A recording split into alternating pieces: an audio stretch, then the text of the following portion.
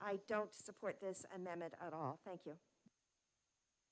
Thank you, and I am going to answer the question as to why I stepped aside from this conversation of seasons and setting seasons for Fish and Game. And when I drafted this amendment, I had that exact argument in mind. I'm like, I don't necessarily like doing this, but the reason I'm doing it is because the legislature has broad shoulders, and this issue has obviously created a pretty significant divide between our various, I won't say parties, but just issues of, the animal rights conservationists and the hunters, so to speak.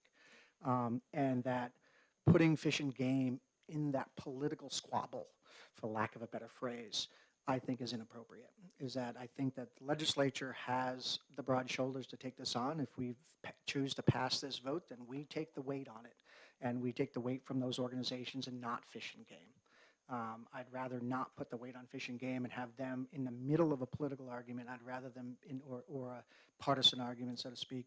I'd rather them focus on conserving the animals that our deer, our fish, our moose, our bear, all the other animals in the state that are generally nonpartisan, non-political, right? So they're not nearly as divided as we heard the testimony on this bill.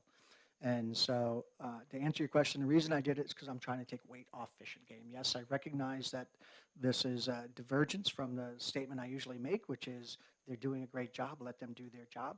But in this case, it's not as simple as science, so to speak, that there's passions that come into play on this. And we heard it. We had 2.5-hour argument or discussion and hearing on lactating gray squirrels.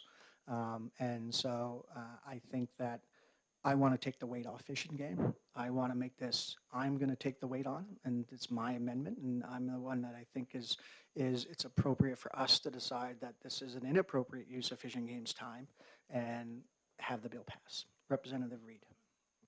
Thank you, Mr. Chair. We have this argument every year over pretty much every bill. To what extent do we let Fish and Game do their jobs, and to what extent do we take over?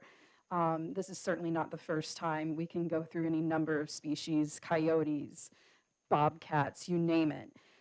However, in the past, the argument has always been made that the commission did not decide in unison with their own biologists, and that's why we were putting forward bills and had bills before us. This is something nobody's asked for. In fact, for as far as damage done by squirrels, we already have year-round open season on squirrels that do damage. We already can kill as many squirrels that do damage as we want. This is specifically in regards to hunting. I have, being from Tennessee, have tasted squirrel meat myself.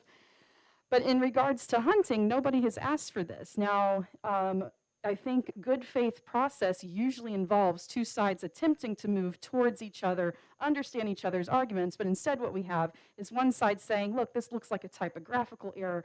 Everybody around us is doing it at this time. Why can't we move it 2 weeks one way? And then the other side going, actually, we're going to make it the other extreme from where it already was, where it was historically for the last 100 years. I just don't think that this is a good process. And I will be voting against this amendment.